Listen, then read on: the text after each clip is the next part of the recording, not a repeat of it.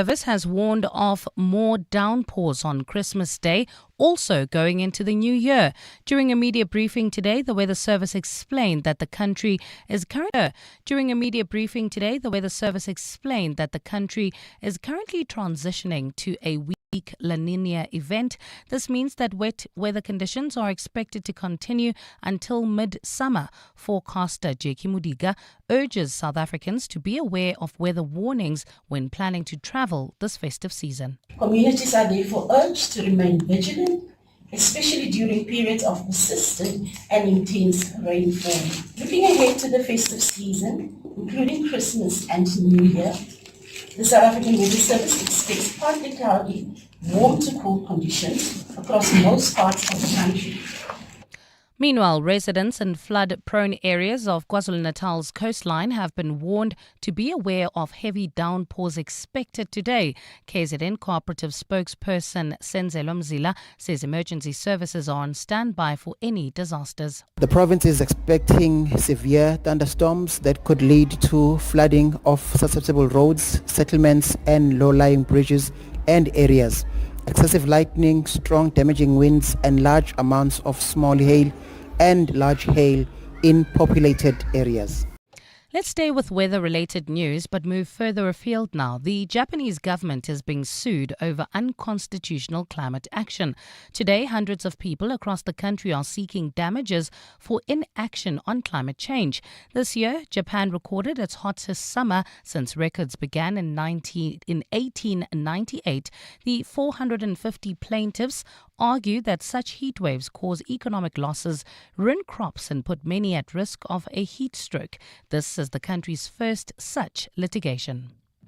Back here at home now, Western Cape Community Safety MEC Henri Murray says the recent crime stats are an indication that more needs to be done to make the province safer. She says areas where the city's law enforcement reaction unit is deployed have seen a decline in murders, but areas outside law enforcement deployments had a 17.9% increase in criminal activity. Murray has called for a collective effort to combat crime in the Cape. Policing alone is not enough. While we must strengthen law enforcement capacity, we must also acknowledge that crime prevention is not a responsibility of the police alone. All government departments, community structures and citizens have an important role to play. And major cities in Sudan were plunged into darkness after deadly drone strikes targeted a key power plant in the east of the country. 2 members of the civil defense were killed while trying to extinguish the fire, which erupted after the first drone strike. The damaged power station is a strategic hub in the Sudanese electricity grid. Since April 2023, Sudan's regular army and the paramilitary rapid support forces have been locked in a conflict that has killed tens of thousands of people, displaced 12 million more, and devastated infrastructure. Gold is trading at $4,239.34 an ounce.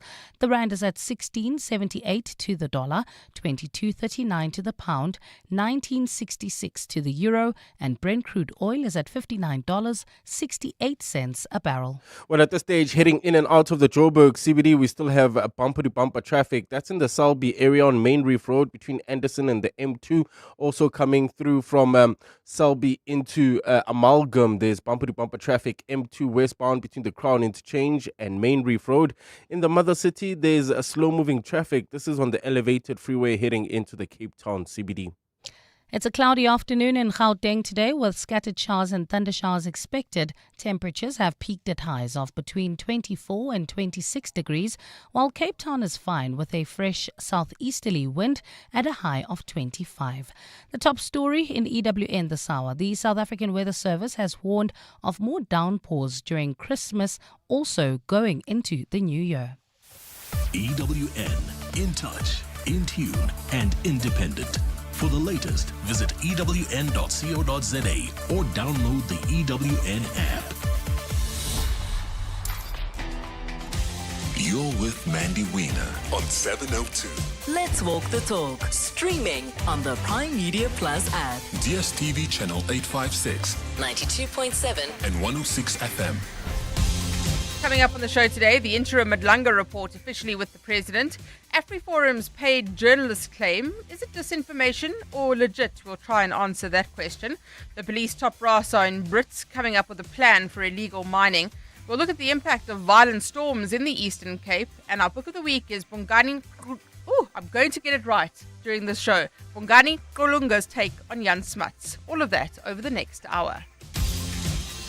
The Midday Report with Mandy Wiener. Streaming on the Prime Media Plus app, DSTV channel 856, 92.7 and 106 FM.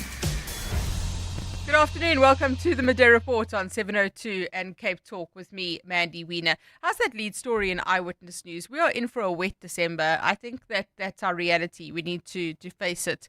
A lot of people saying, where is summer in Johannesburg specifically? We're seeing so much rain across the country over December. So we'll unpack that. A briefing underway by the South African Weather Service.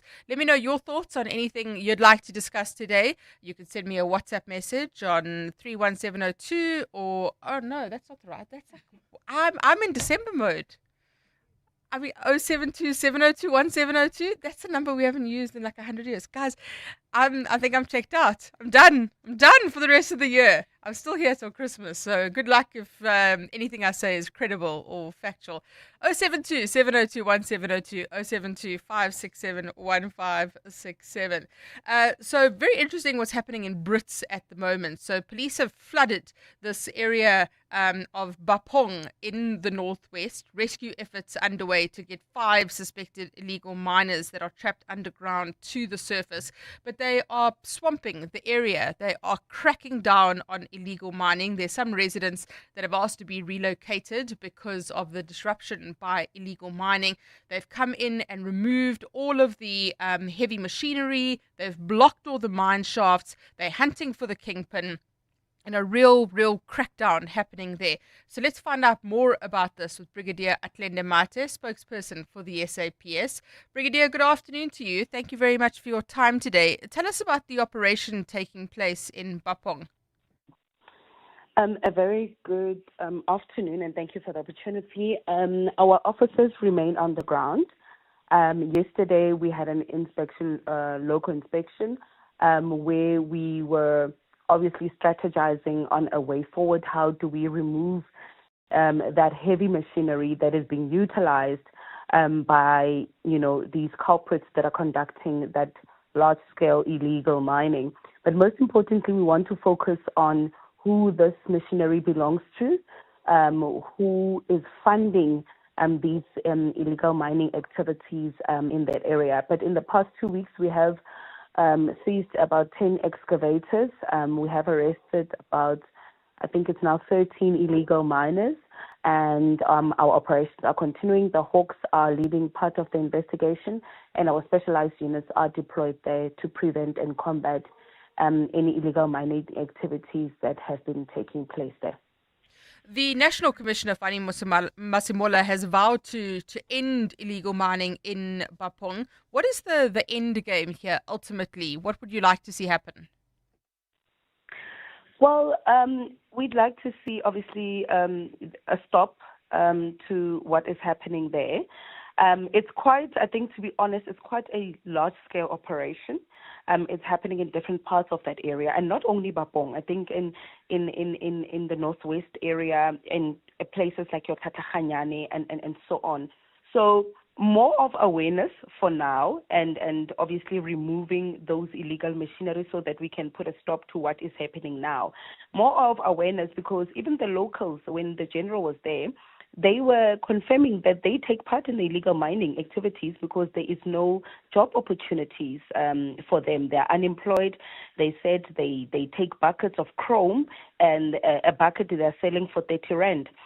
We are also investigating allegations that some of the homeowners even gave permission to these illegal miners to actually dig along in their homes, in their yards. because there is a chrome belt that passes in their yards and so on. And we are investigating those allegations that they were paid and so on. So I think it has been happening for quite some time. Before anything else, government needs to come on board and actually educate members of the public that doesn't mean if it's your yard, you can just give people permission to mine. You actually need a permit to mine. So we need to start with that education and awareness, because the people there are not even aware that what they are doing, what they are taking part is illegal. And that. So we need to ensure that these processes, they run simultaneously, so that residents are educated on the illegality of their actions, but also then to get who is behind this large-scale, operations and so on. But we are engaging with the local chief. The local chief had actually placed, you'd recall there were social media posts that were going viral on the security companies that were there, saying that they're illegal zamazamas. It was actually the security company that was appointed by the local chief to try and stop the illegal mining that is happening there, because already 5 people are trapped. There is I think if you have seen a visual of I think it's a machinery that is stuck, and then there is water near that machinery, and there's quite a big hole, and there are houses around there. We are told that 5 illegal miners are trapped under there.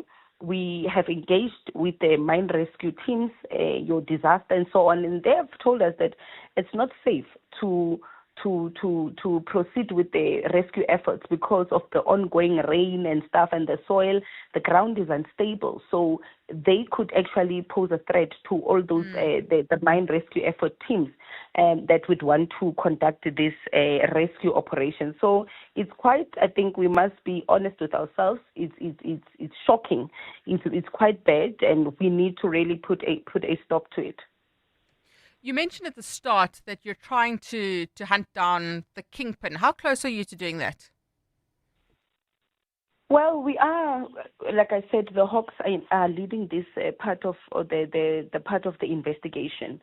So I'm sure they are continuing with the investigations, obviously, to get where this machinery comes from, who does it belong to, and the mineral, when it's mined, where is it taken to? So we need to obviously follow that value chain. We need to follow that paper trail to say who is benefiting from this, because clearly the local community is only benefiting, small monies. There are those that are pocketing millions and not, if not billions, from this particular operation. So we are hoping it won't take us 2-3 weeks or so on. It is a large-scale operation. It will take some time, but you would have seen with Stilfontein, it took us months.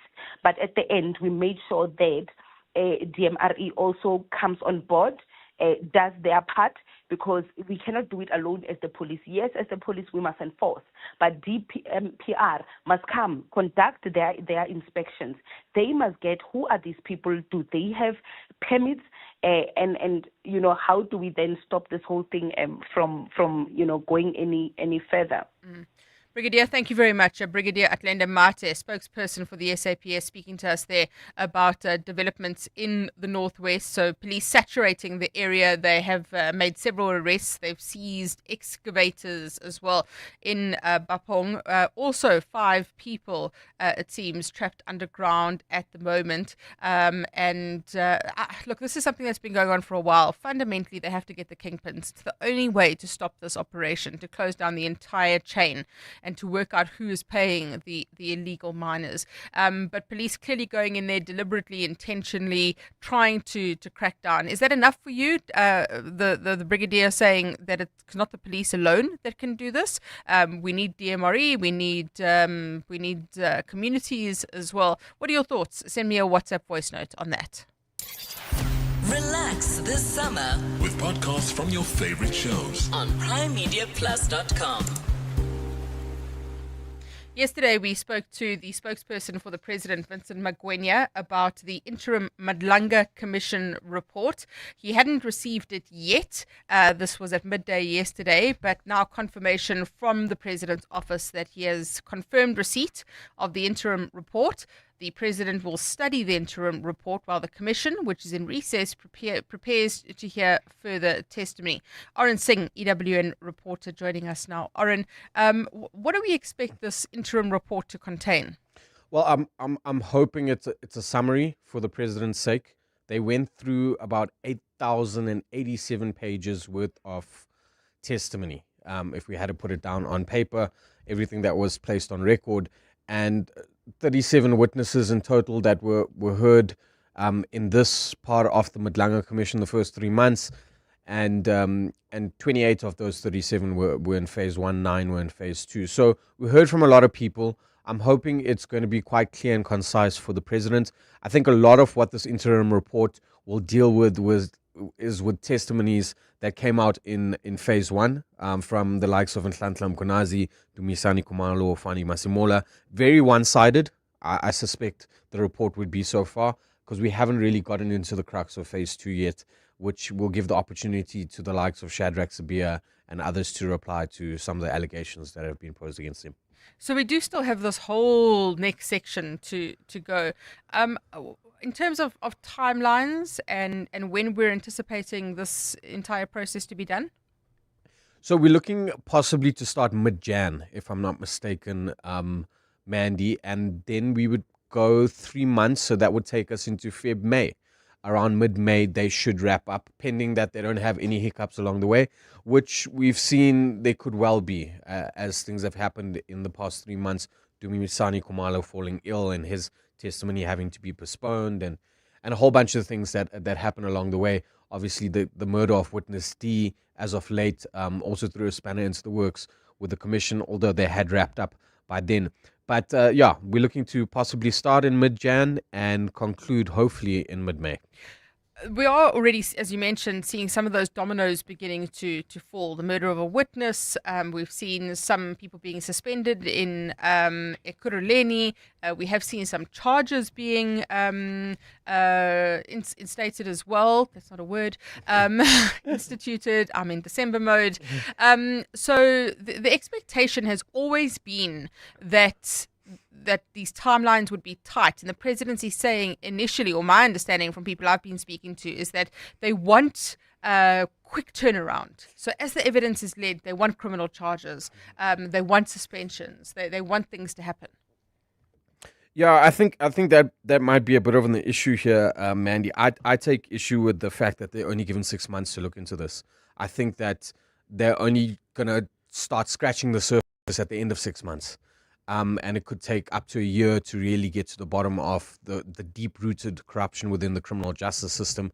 So far, we've only really looked at SAPS. They talked about the criminal justice system as a whole, which includes DCS, it includes NPA and the judiciary, and we haven't really gotten to the state entities yet. We only really dealt with mainly EMPD, Ekurhuleni, and SAPS. So I'm hoping that within those 6 months after we conclude, we're going to get a quick turnaround in terms of what the recommendations say. But also, I think we're just starting to scratch the surface. And at 6 months, we're only just going to be digging beneath the surface. Oren Singh, EWN reporter, thank you very much for that, giving us an update on where we are with the Madlanga Commission. That interim report confirmed to be with the president. WhatsApp Mandy on 072 702 1702. Hi, Mandy. You truly deserve the award you got over the past weekend, and I mean it sincerely. But just this spokesperson for SAPS, do you realize that it's Aubrey Masango that mentioned this a good few times on his 8 o'clock show, from 8 o'clock show in the evenings, that supposedly they are now taking action? I thank Aubrey for that. And I'll always be grateful, but does it have to be that way? You may ask the spokesperson if you get the message in time. Keep well. Thanks. I didn't get the message in time, but that's what we do here, is we try and raise issues. We shine the spotlight on things that are concerning. So kudos to Bra Orbs for that, for putting pressure on the police. Look, I do think this is something that they've known about. I mean, they would be idiots, to not to not know about what was going on in that area of the Northwest. Illegal mining is a huge issue. Tutu says, "Hi Mandy, I live in Dobsonville, but I knew more than a month ago that there's illegal mining in Bapong. Where are the local police?" From Tutu. And that's the point, right? Is you need to actually have people on the ground raising these issues. But otherwise, come to the media. We'll tell them about it. The Midday Report with Mandy Wiener Winner of the Best News and Actuality Show at the Telkom Radio Awards.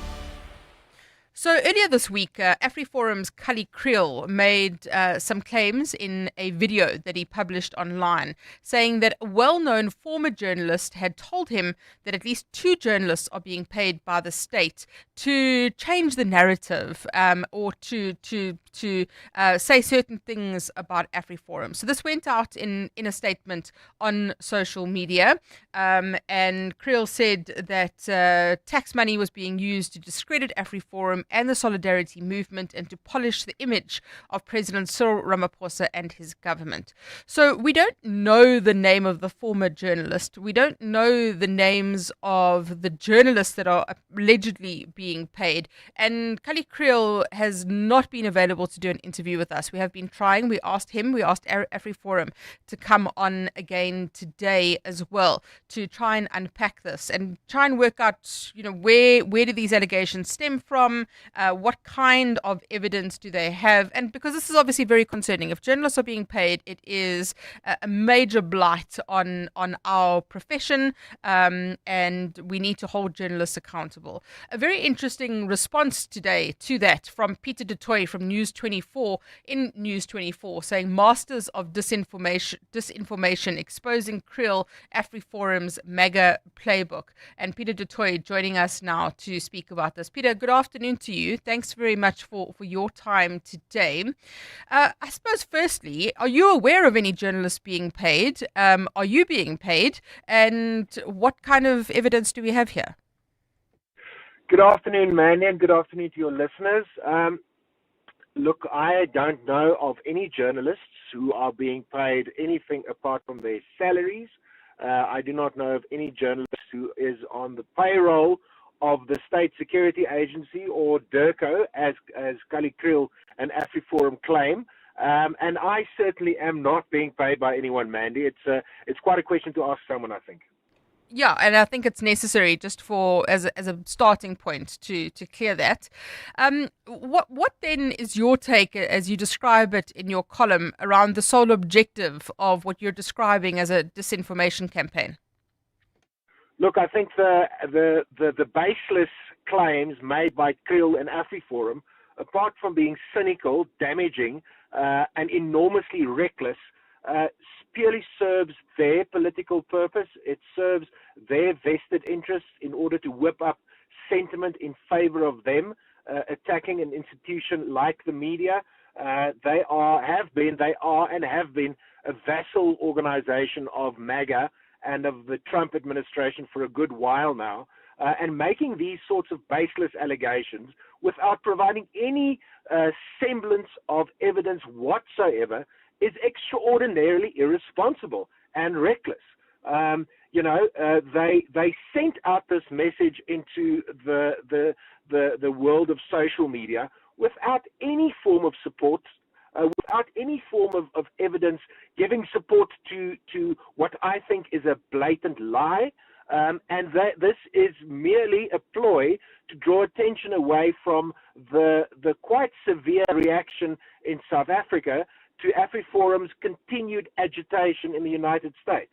Now, when the media, when we at News 24, when my investigative team make any form of allegation against anyone, we put it into the public domain. We provide evidence to support that, and we open up that evidence to public scrutiny. Now, neither Kriel nor AfriForum have deigned themselves to provide any form of evidence to support their claims.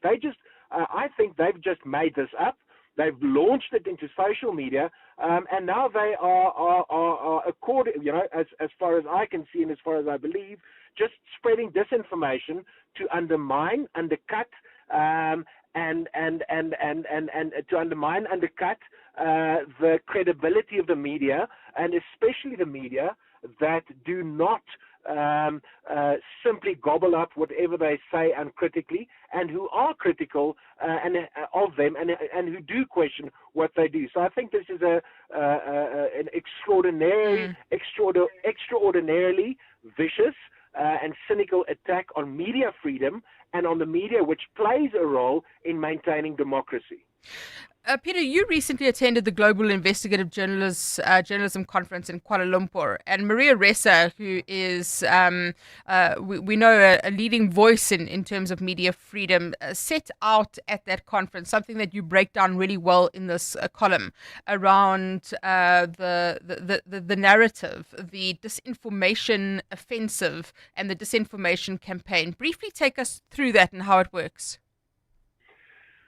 Yes, Mandy, I was privileged enough to attend that conference, and the scourge of disinformation, misinformation, the peddling of lies is something that is a threat to independent and accountable journalism the world over. It is something that is repeating itself in Southeast Asia, in the East, in Europe, and especially in the United States, where we're confronted with that every single day. And given the framework that has been developed by Maria Ressa and a group of investigative journalists in the Philippines, it is quite clear to me that this disinformation campaign launched by Kriel, launched by AfriForum, based on claims about journalists that are unsupported by any evidence, fits in perfectly well with this framework that was developed by Ressa, and it boils down to the seeding of an idea, the seeding of a narrative, the building of a narrative, this narrative being taken up in echo chambers where this narrative then becomes the truth.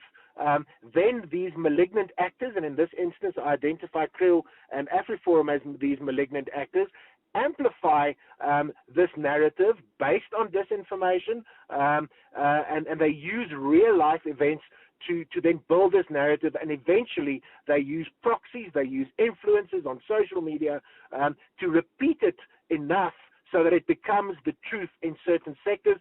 And then, Mandy, what is deeply concerning, these narratives often are picked up by news outlets, often are picked up by news organizations and then amplified without critically interrogating what that narrative is arguing, is saying. And I think in this instance, after Kriel and AfriForum made these really repulsive and objectionable statements about journalists, it was picked up by many media in this country and uncritically reported, and I think that's a massive problem. Peter du Toit is the assistant editor for investigations at News 24. You can read his column today responding to AfriForum. And to be clear, we have asked AfriForum to come on. We've asked Kallie Kriel to come on. They are absolutely welcome to come and respond to what Peter has said. But I'd like some evidence. If they're going to accuse journalists of being paid, they must tell us who these journalists are. They must stick their names on the doors of AfriForum. They must report them to the Press Council. They must go to SANEF. They must go to the Broadcasting Complaints Commission. There are avenues for this. You can't just put a claim into the mill and walk away from it.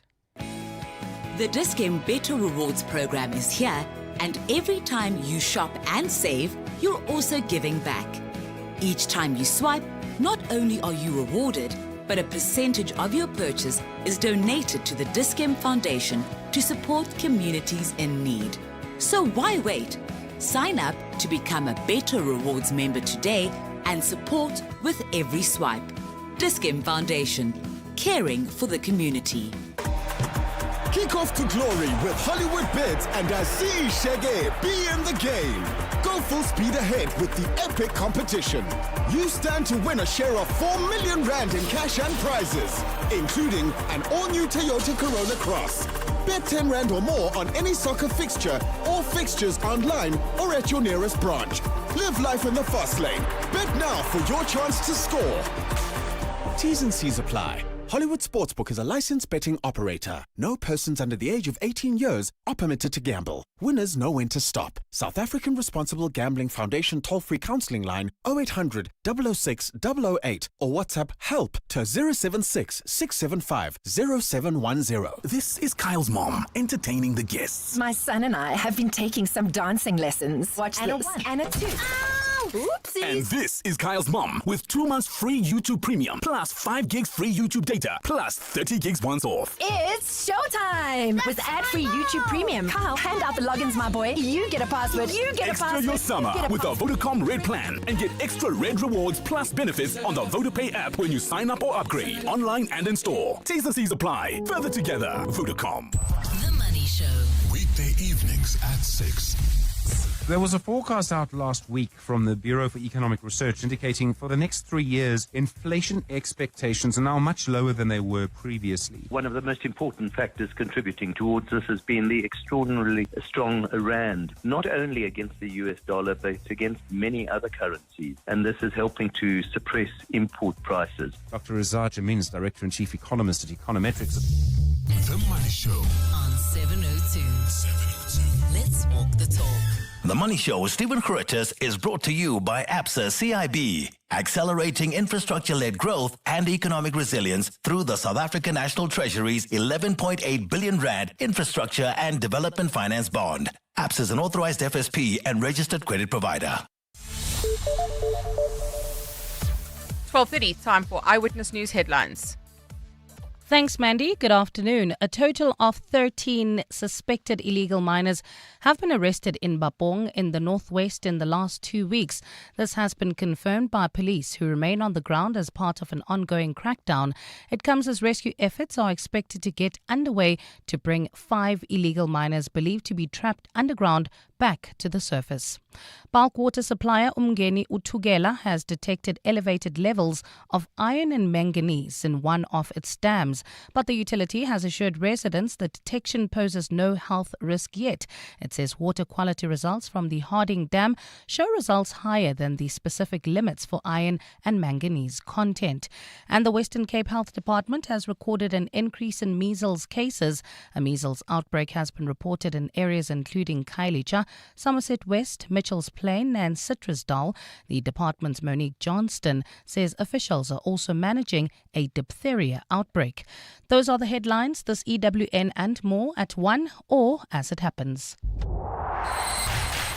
EWN Sport. Good afternoon, I'm Tolagile Mganga. England's Ashes hopes are vanishing after they were overwhelmed by Australia, having reached stumps on day 2 of the third test on 213 for 8 to trail by 158 runs after the home side were all out for 371 in their first innings. Ben Stokes and Harry Brook, both on 45, will resume their innings, while Pat Cummins has so far taken 3 for 54. It was a historic day for Nathan Lyon, having claimed his 564th wicket to move clear of Glenn McGrath and into 6th on the all-time test bowling list. Absolutely brilliant. How good is he? Australia's best ever off-spin bowler. Second to probably Warney, but only just absolutely brilliant. So happy for him. He deserves that. You know, he's put the work in. It's been a long time coming. He's missed the last 2 tests, or the last 3 tests. Only bowled 2 overs, but get in the first over. Couldn't be prouder of you, mate. So happy for you. Devon Conway and Tom Latham shared New Zealand's second highest opening partnership in Test cricket as they dominated the West Indies on day 1 of their third test. The openers put on 323 for the first wicket before the Black Caps eventually closed on 334 for 1. Their partnership is the joint 12th highest opening stand in men's Test cricket and the 8th stand of 300 for any wicket for New Zealand. And in football, Nigeria have submitted a petition to FIFA alleging that the Democratic Republic of Congo fielded ineligible players in their 2026 World Cup African qualification playoff. As a result of that win, DR Congo are set to compete in an interconfederation playoff in March, where 6 teams will chase 2 places at next year's tournament. Tolagile Mganga, Eyewitness News Sport. EWN Traffic.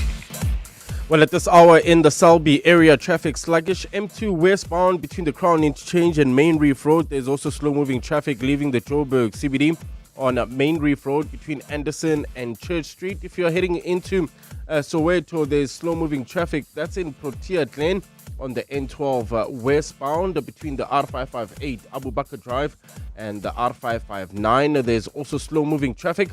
This is in the Bedford View area. This is if you're leaving Germiston heading towards Alex. Slow-moving traffic N3 northbound between the Haldenays Interchange and Kilulis. While in the Mother City, we still have the slow-moving traffic. This is heading into the Cape Town CBD on the elevated freeway. If you come across any other traffic issues, please WhatsApp us on 072 702 1702.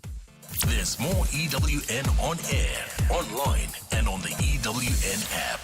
With increased holiday traffic across South Africa and through our regional borders, road safety is more important than ever. Let us all be custodians of safe road behavior. Don't drink and drive. Don't drink and jaywalk. Don't drink and text. Every time you look at your phone while driving, you lose about 5 seconds of concentration, enough to cause a crash with devastating consequences. Stay alert.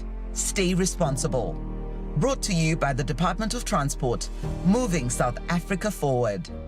Progress builds, it moves, and it has a partner. That partner is Anglo-American.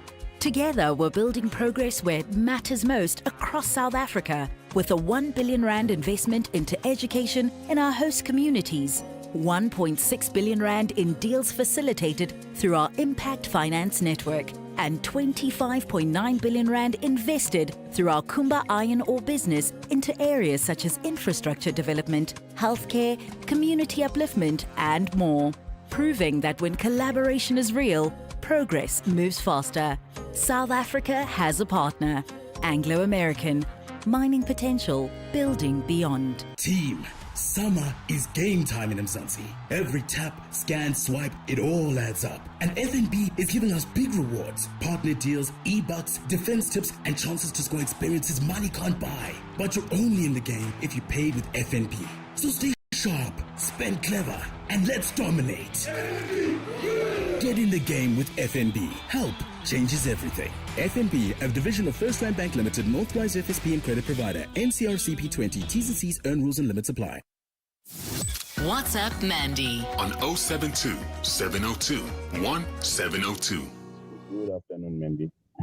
Mandy, I salute you guys as a media because our police are so reactive. You are the ones who exposed this mining thing, illegal mining thing, because police are so reactive. Now they are up in arms, acting like they are doing something because the media has done the job for them. I swear. That's failure, man. That's failure. Hosting. Hi, good day. Mandy, Pat here from Spayview. You know, what is actually astonishing is every time when these things are exposed to the public, like these Zamazama guys, it's only whereby government or police would act. Why did they have to wait? Are you telling me the municipality around there wasn't aware, or the police were not aware? It's really a joke. Hi, Mandy. Ngwaku here in Seshego. Please find out for me if this kingpin that they are looking for is the old kingpin that has been, at large for a number of months now, or is the new kingpin altogether? Hi, Mandy. The best awareness campaign to inform people that they can't just allow illegal mining to happen in their yards is for arrests to take place. That's the best lesson that can take place. Once people see that my neighbor has been arrested for participating in this illegal activity, they will stop. But creating awareness campaigns about illegalities that cannot be enforced or are not enforced by the government. People break laws all the time and continue to do so because there is no enforcement of the law. So it's useless. This is a classic South African story, hey, where we're just so reactionary. We always wait for something to happen and then we react to it. So with the illegal mining, it's exactly the point. The media makes a big noise about the illegal mining that is happening in this particular area in the northwest, and the police descend in a big operation. It's like when someone's shot. Oh, let's respond to that. Oh, look, there's very bad corruption. Let's have an inquiry. I think that's a very South African response. We're not very proactive. We are very reactive. 702 and Cape Talk. Lives online on primemediaplus.com. So we heard from that SA Weather Service briefing that there's going to be more rain coming for us, and we've already seen some pretty horrid weather across the country, but in the Eastern Cape specifically, the Amatole district being hit hard by severe storms. So let's speak to Anele Tsangani, who is the Amatole district mayor, who joins us now. Madam Mayor, good afternoon to you. Thank you very much for your time. Good afternoon to you, madam, and to your listeners. Mr. Mayor, apologies there. So tell us about the extent of the damage in your district. I can say a lot. So many local municipalities are adversely affected. About 3 local municipalities in our area of jurisdiction. It's Raymond Saba local municipality, Moshua local municipality, as well as Amasati local municipality. So many houses are damaged, the roof blown off by wind, and the schools as well are affected. About 2 primary schools are affected. So it's quite frustrating. Electricity outages is also a thorn on our side now. A lot has happened. Is this unusual for this time of year? Are you seeing a shift in the weather patterns and this kind of heavy rain and damage that it's causing? Not necessarily unusual in our area of jurisdiction. We're prone to these kinds of disasters in our area. Of course, it might be aggravated by climate change, but it's what we are used to. And what is being done in your municipality, your area, to mitigate against this? What measures are you putting in place, and how are you assisting those affected? We put measures in place like maybe making sure that we warn our communities based on weather forecast, and we also make sure that we budget for any eventuality so that we can at least be able to provide immediate relief as and when this happened. That's what we normally do. Mr. Mayor, thank you very much for your time, and best of luck to you and the citizens there. Nele Nsangani is the Amatole District Mayor, speaking to us there about the damage caused by the severe storms in the Amatole District in the Eastern Cape. Well, as I mentioned, there was a briefing today by the Weather Service giving us some insight into what kind of weather cycle we can experience. Ntokozo Kumalo, EWN reporter, joining me in studio. Ntokozo, take us through in a bit more detail about what the Weather Service told us. Good morning. So yes, the Weather Service has basically said that we are experiencing a transition into the weak La Nina event, which basically means that the Pacific waters are being affected. They're becoming cooler than normal. So that affects the wind and the weather patterns, in which we have more rains that we're expecting and more thunderstorms that we are also expecting because of this event that we're actually transitioning into. So they also stated that this is also, they're expected to go into mid-summer, even going into the early February as well, going into next year. So they did say that this is not unusual, but just the length in which we are going through this season or this event is a bit unusual. And what is the forecast then? Because you're saying it's going to go into potentially Feb. Well, what does that look like practically for us? So practically that means more thunderstorms, wetter conditions, cooler temperatures, and just also damaging winds as well that people need to be aware of that might happen. Sadly, also this means Christmas being a wet Christmas, even New Year's Eve as well being wet, just wetter conditions for most parts of the country.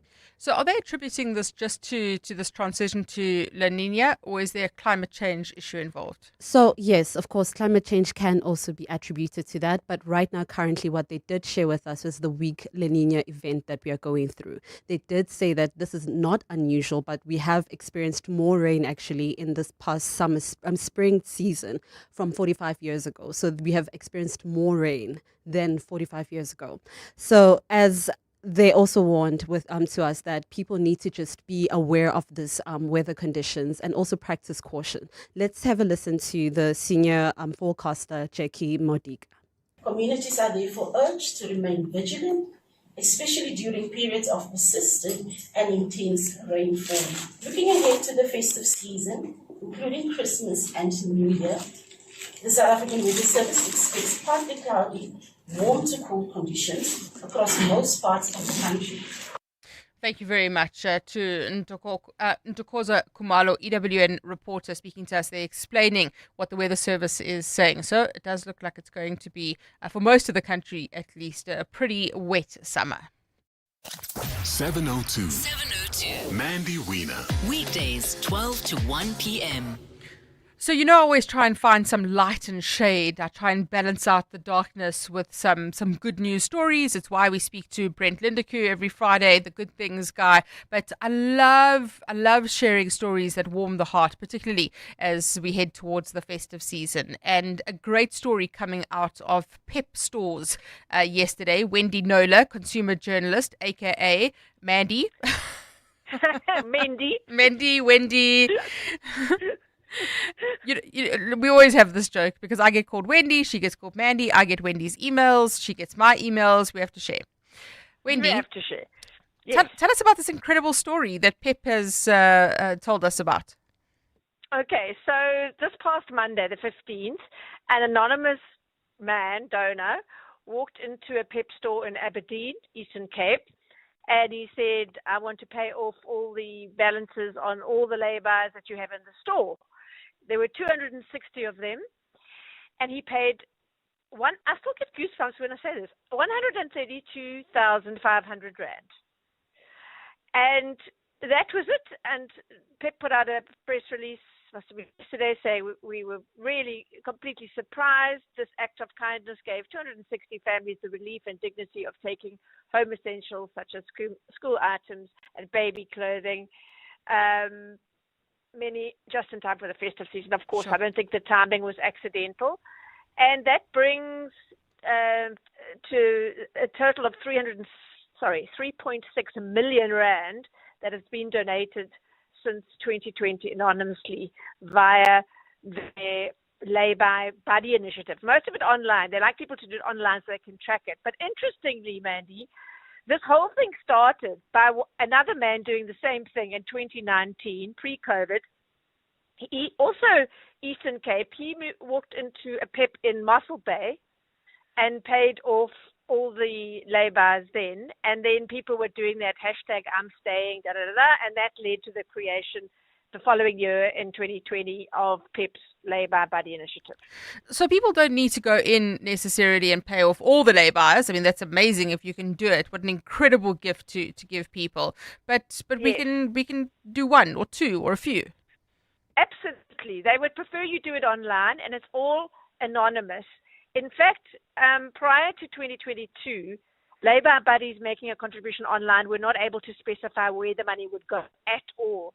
But since then, you can actually choose the province and the category of goods. So you can say, baby clothes or school uniforms or whatever. So you have that's as much a control as you have. They don't know who you are. You don't know who they are. But isn't that the joy of giving?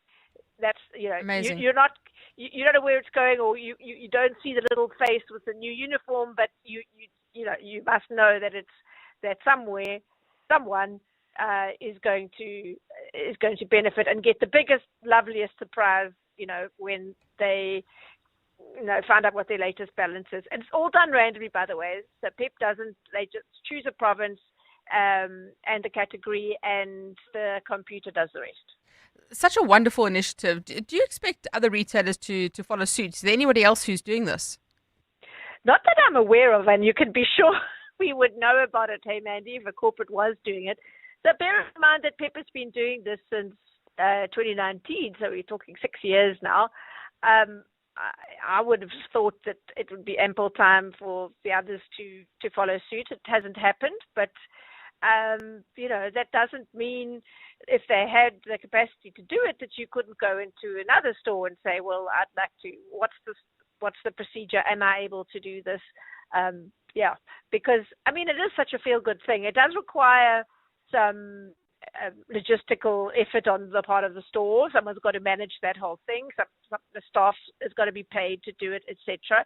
And Pep also, the press release yesterday, they did also say that this year they added R1 million to extend the initiative's reach. So they're also putting money in on top of capacitating it.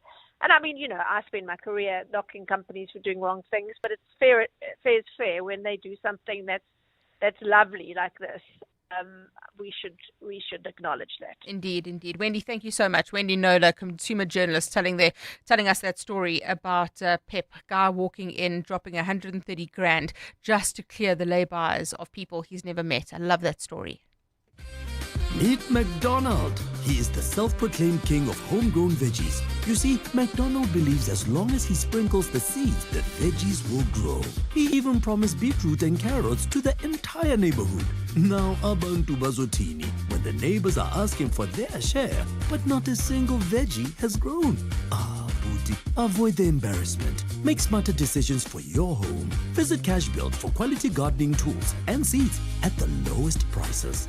Cash Bill. At Checkers, we do more so you get extra this Christmas with festive savings like Dairy Made Country Fresh Ice Cream, 1.8 litres for $54.99, and Parmalat Cheddar or Gouda Cheese, 850 grams for $109.99. Plus, stand a chance to win your share of R7 million in prizes. Simply buy any 3 qualifying products and swipe your extra savings card to enter. Valid until Sunday at Checkers, Checkers Hyper, or shop on 6060. T&Cs apply. Small businesses are anything but small. They're the backbone of our communities, the dreamers, the doers, the ones who keep Mzansi moving forward. That's why 702 and Capitec Business Banking are putting them in the spotlight. Every Thursday between 6 and 8 p.m., catch Small Business Focus with Capitec, where we showcase the hustle, heart, and the secrets to thriving in today's economy.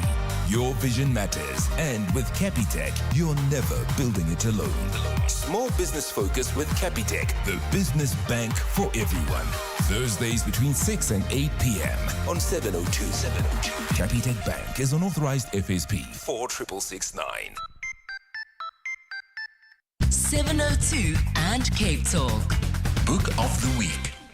It's a Thursday, and on Thursdays in the Midday Report, we speak to the author of a local non-fiction book. And today we're joined by one of South Africa's most respected political biographers and historians, Bongani Qulunga, who's the author of several acclaimed works, including biographies of Pixley Kaisaka-Seme and Thabo Mbeki.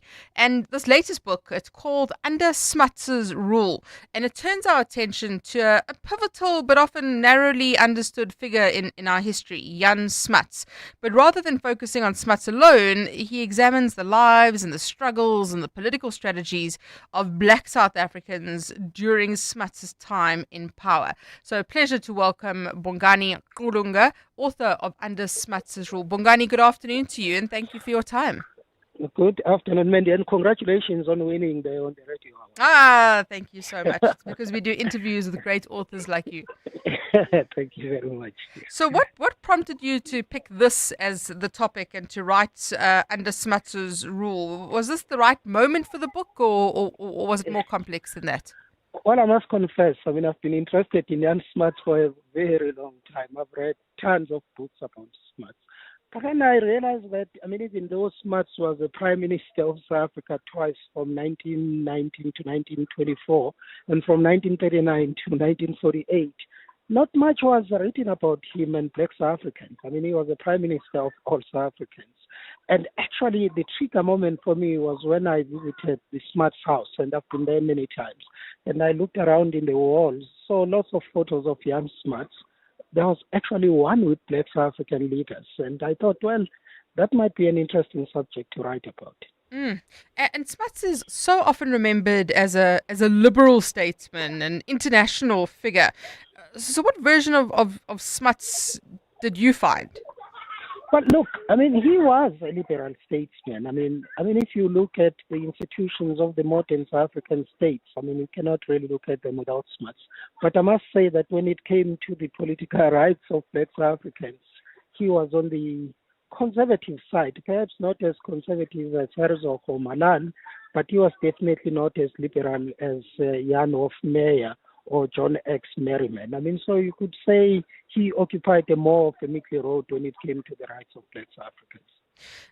And then, as you say, that rather than centering Smuts himself, you do foreground black political actors under his rule, and this is important when we reflect with history, that we give the alternate views. No, that is true. I mean, one of the remarkable things about all the books that are written about Smuts is that they do not feature much what black South African leaders who lived during his time thought about Smuts himself, as well as the policies that he implemented while in government. So I do write about black South African leaders like Sol Plaatje, like DDT Chabavu, like ZK Matthews, because those are the leaders who interacted with the young Smuts. I should say that, I mean, even though he stood in the way of their political rights, but when he died in September 1950, they mourned him greatly, I mean, because they thought a big South African leader had died. And how did organizations like the ANC evolve during his rule? There must have been a lot of internal debates that shaped their strategies.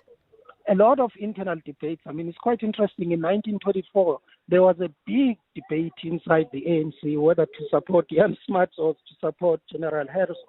And there were prominent ANC leaders at the time who thought that Herzog would be a much better leader than Jan Smuts, and of course they were mistaken. But I should say that in the 1940s, when Xuma was President General of the ANC, he had quite a confrontation with Jan Smuts. They met in 1946 in New York, and that was the first time they met. And Xuma said to Smuts, "It has taken me to travel 10,000 miles, I mean, to get into the United States to meet my Prime Minister."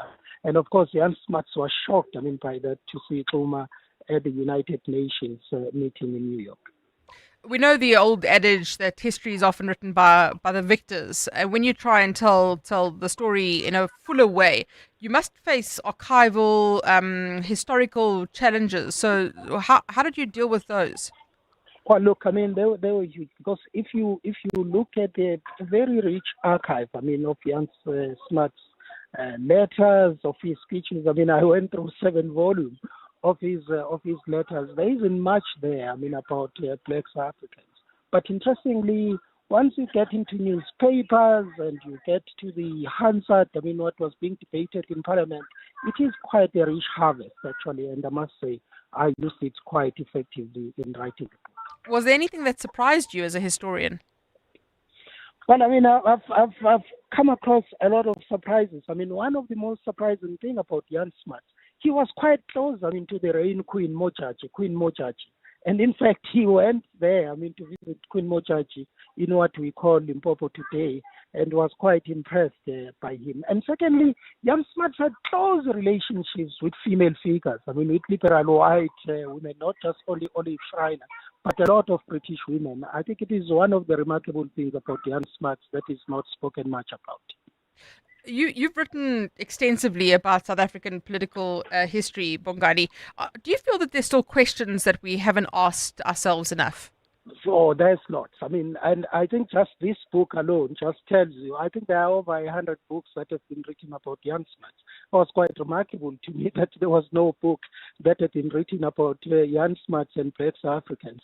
I mean, one of the subjects that is quite interesting me right now, I mean, is also about another Afrikaner politician, Hendrik van der Bijl. I mean, he was quite instrumental in the establishment of SOEs. I mean, I haven't read quite a number of books about him. So there's still quite a lot, actually, that has not been written about South African history and South African political history in particular. And there must be lessons also in this history, this retelling of the Smuts story, for how power and compromise and resistance operate, and how young people can really learn from this. That is so true. I mean, I was thinking actually while writing a book about Jan Smuts, looking at his coalition government with Herzog in the 1930s and thinking about the current moment, that South Africa actually has a long history of coalition governments, and also quite a long history of political compromise, actually.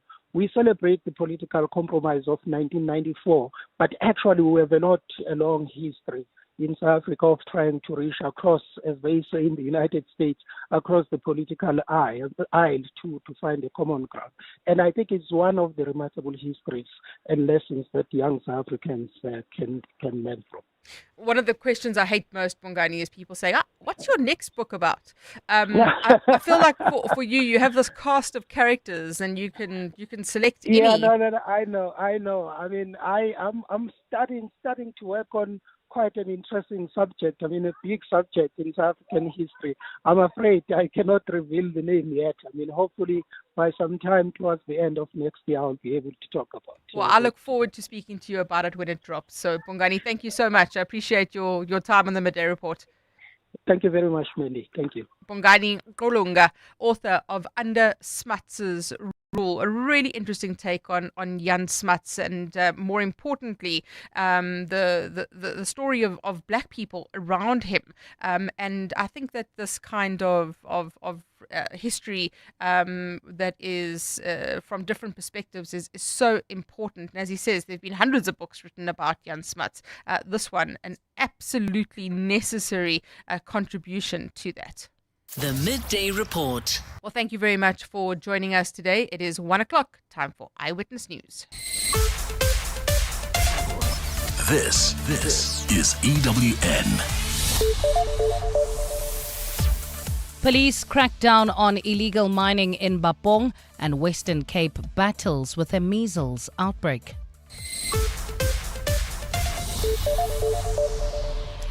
Good afternoon, I'm Bali Dlamini. A total of 13 illegal